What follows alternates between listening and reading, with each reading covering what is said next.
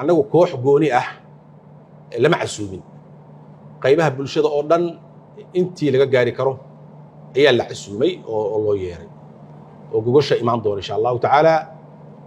waa madaxdii hore ee dalka madaxweyneyaal leh ra'iisul wasaarayaal leh guddoomiyeyaal baarlamaan leh dhammaan oo xilal waddan ka soo qabtay oo runtii waaye aragnimo iyo khibrad aan ku tuhmayno inay ku soo biirin karaan talana ay ku yeelan karaan arrintan waxaan kaloo u yeernay oo la casuumay culimmadii Soomaaliyeed oo ogtiin culimmadoodii dowrka ay uga jirto bulshada Soomaaliyeed waxaan u yeernay bulshada rayidka ah oo muwaadiniinta Soomaaliyeed ee markaas aan ayagu siyaasadda ku mashquulsanayn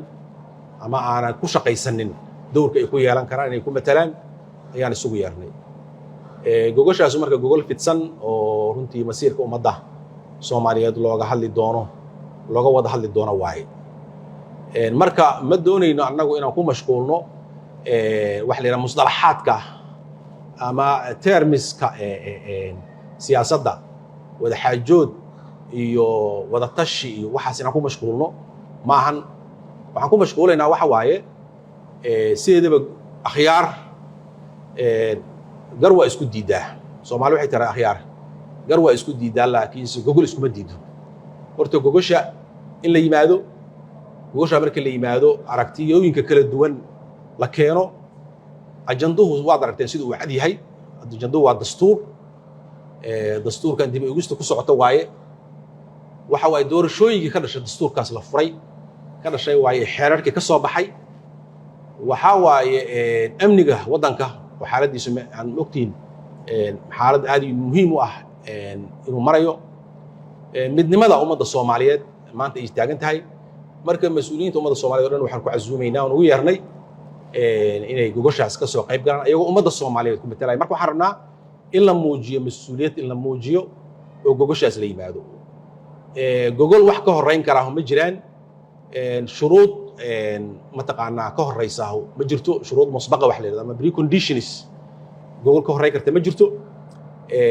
ajanduhuna waa kaas waa cad yahay madashuna madal oo Soomaali u taalo waa madal qarsoon ma ahan marka ma ahan waxaan ka rabnaa inaan cadeyno faham ah laba kooxood oo iska soo horjeedo wada hadlaysa wada xaajoonaysa ma ahan waxa weeye masiir ummadda Soomaaliyeed u yaala way ka tashanayso xaaladan si ay ugu gudubtaa intaas markii ay ka tashato oo ay meel isla dhigto waxay uga gudbi doontaa hay'adaha marka haysta sharciyaadka haysta oo ay ka mid yihiin golaha wada tashiga qaranku golaha wada tashiga qaranku wuxuu ka kooban yahay xukuumadda federaalka Soomaaliya iyo dowladaha xubnaha ka ah dowladda federaalka ayuu ka kooban yahay ayagaasu marka waa hay'ado loogu talagalay ama u dhisan sharciyan u dhisan waxyaabaha u baahan in laga heshiiyo oo go'aan laga gaaro u dhisan waayo markay ay go'aan ka gaaraan waxa ay u gudbi doontaa hay'adihii kaleeto oo dastuuriga ahaa ayay u gudbi doontaa